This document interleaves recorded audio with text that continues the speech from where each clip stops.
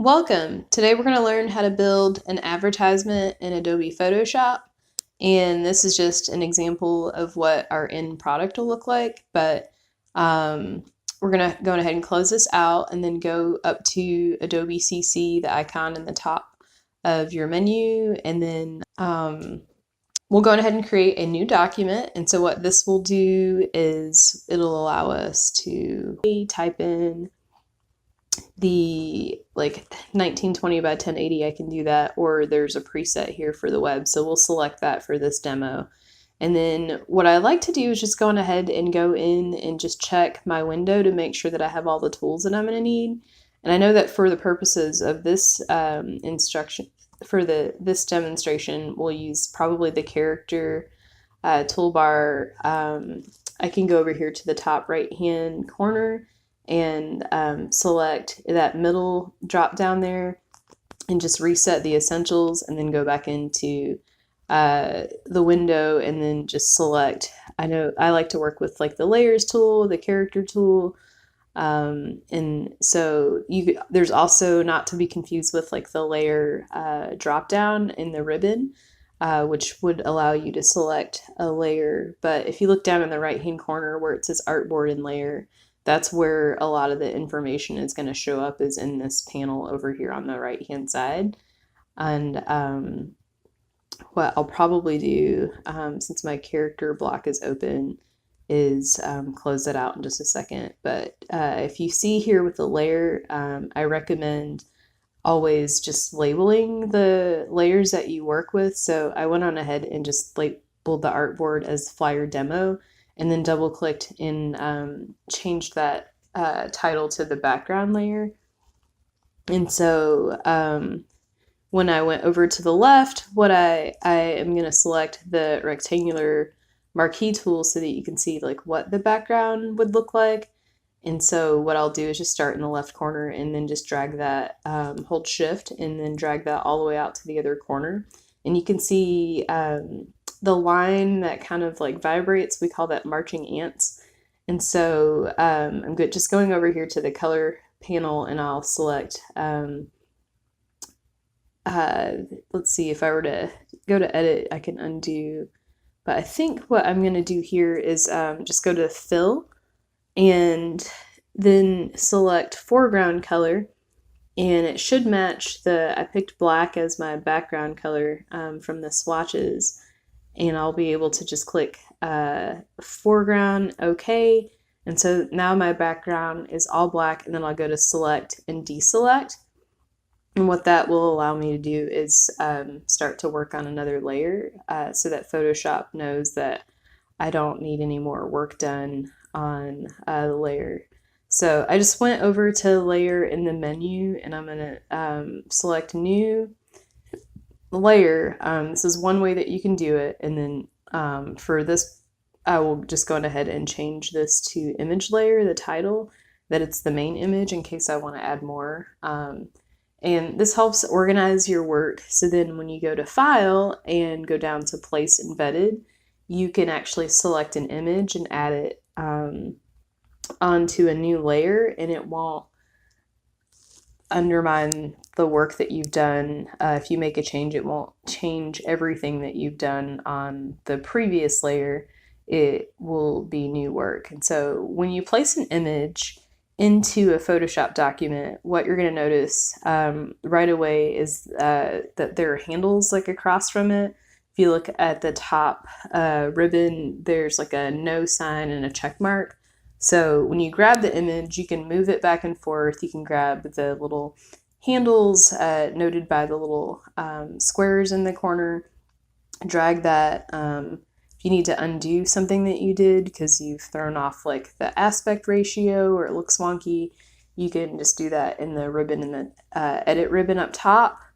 If you click shift, you can Photoshop's a little bit backwards from some of the other programs in that it will make it skinnier or wider. So if you don't want to, you want to keep it relatively same size, you can move just grab the image and move it to the left. So if you want to text off to the right, you'd be able to separate your photo and your text. if you wanted to like shrink it. In this case, we're going to be ambitious and make it larger. And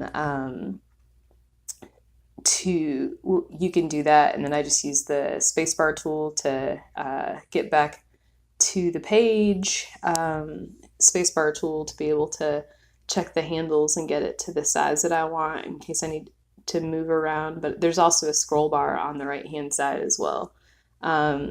So this is really, I wanted to kind of just create like a frame, and I'm gonna, once I've got it kind of where I want it, I'll just click the check mark to see,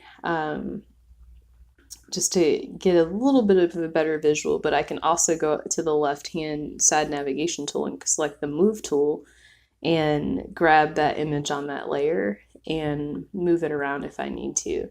And so so if I wanted to go to the background layer and then duplicate that layer to add a filter, because I don't want it to be too bright to be able to write on, just make sure that you're clicking on the correct layer if you look in the bottom right hand corner. So I have 2 layers. So what I'm going to do is just grab the one that says filter and drag it over, and you may notice that my image may have disappeared. So then I'm going to just go up slightly to where it says fill, and there's a little slider that I can adjust the opacity as well as like the fill color. And you can see how that creates like an effect very similar like you would see like on Instagram or on social media, that will allow you to be able to put high contrast text and create kind of a pretty cool image. And so I went on ahead and added an extra layer just next to the trash can. In that bottom little corner there is like a little square with a filleted edge on it. So I just clicked on that to create a text layer, and then I hit T to start typing in text, but as you can see it doesn't show up very well. So what I'm going to do is just highlight that either with Control A or by dragging my cursor across. And then I'm just going to go over to the top left where it says color and select, I just dragged that little circle to make the text white. Let's see. And then I went into edit to see if there's anything. I think we're okay. But so you should be able to, that should change the color of the text, and then I just typed out make your own podcast. So let's say, for example, that's the course that we're making.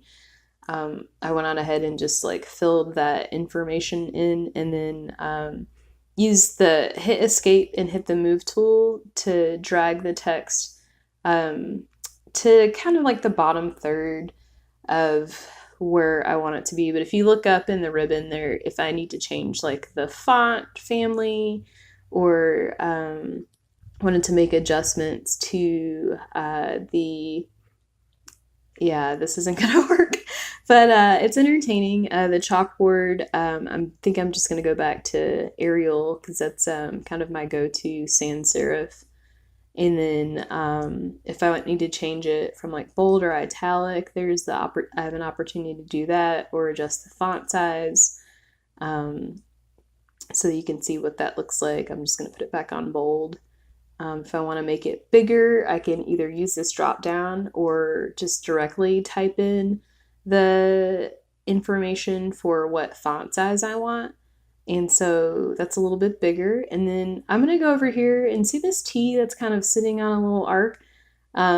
It's going to give me an opportunity to warp the text. So I just went on ahead and selected the top arc tool. And then I'm using the slider to adjust like how much I want this text to bend. So I'm going to go ahead and click OK because I think that that's probably fine. And then I'll hit escape and then grab the move tool and drag that down where I would like for it to be. And so then I'll hit T again, or go out to the T on the left side navigation. And then I just typed in Saturday at 2 p.m. And that's just, let's say I want to add more information about where, because I've got the when, but not the where. I can either use the T again or add text to what I already have. I think I'm gonna just add a T to add separate text so that you can see how that would work separately if I wanted to like move text around, either stagger it or put it below each other. Um, so let's see. Yeah, that's kind of overwriting when I typed it in because I put them on the same line, but there are grids that allow you to keep everything in line if you need to. So what I'm going to do is just like hit escape and then select my text again and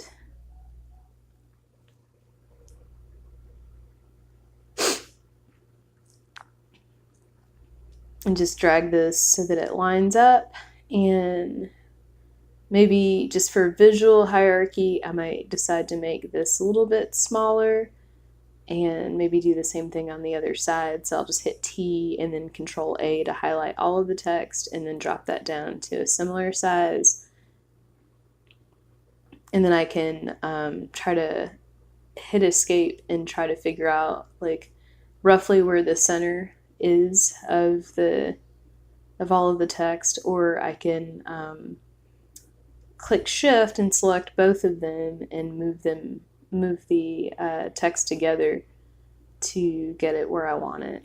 So you can play around with that a little bit, and it doesn't have to be in the same format or even like curved in straight text. I just wanted you to be aware that those resources or those tools are available. So I think that for what we have now, it looks like it's a little off, but I'm going to highlight those two layers in the right hand corner and then just make sure they're in the right spot. And then I added another layer for a logo, so I'm just going to go to File and Place Embedded. And then I made a logo in Illustrator just so that you could see what that would look like if you wanted to add like a symbol or a logo. So I'm just going to add that there and then adjust the opacity in the bottom right hand corner. And you're still using like the same tools, like the move tool and the fill tool to adjust the opacity. There is an option in the window drop down for transparency, so that's another way that you could approach that. But I think most of what you need, if you select, you'll have options to edit. I'm going to play with this text for just a second and see if I can line this up a little more. But it looks like it's, there we go. Looks a little cleaner. And that's more or less what we have for this demonstration. Just wanted you to be able to see how to add images and text, and then it looks like this photo is a little bit askew, so I can actually go back down to the layer or even remove like the visibility of the layers around it if I need to click on the eye to deselect the filter, and then I'll scroll in this bottom right hand corner and select the background image. And it does look like it is askew a little bit, so I'll select the layer that I want to adjust and use the move tool. And as you can see, everything else that I put there stayed put. So now when I add those layers back, I can adjust the text to fit the center of the photo now that I have the photo centered the way that I want it on the background. And then I just like hit Shift and selected both the Saturday and then the with nerdlogic.com and moved it to the center and adjusted the logo by selecting on that layer. And now I'm going to be able to either save the file, and so if I just put Photoshop demo, and so you see the file extension is a PSD, so that isn't really a photo, that's just kind of the this master document with all the layers and all of the work that you did. So you can save that and make changes to it if you need to. But if you want to like publish it, you also have the option to export. And so you can either quick export it as a PNG, and so that's a graphic image that you can stretch that's more of a vector, or if you want to export it as something else, you can use the drop down, and then that'll give you the option to change the file to a JPEG, a GIF, or SVG file. And you can also adjust the image size and or scale it if you need to, which can be helpful for social media or if you're using it for like a print publication. And then you also have the option of sharing. Looks like over in the right hand corner to the right of where you reset your essentials panel. Those are the options: AirDrop, Twitter, Facebook, Flickr, and so on. And then let's see.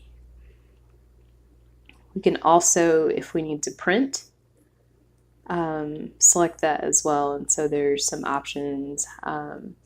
If you're printing at home versus like you need crop and bleed marks, all of that information you'll be able to find here as well. So I'm tinkering around with some of these, but I think it's going to be a little too in the weeds. So for the purposes of this tutorial, we'll probably stop here. So I think what's most important is that you have learned how to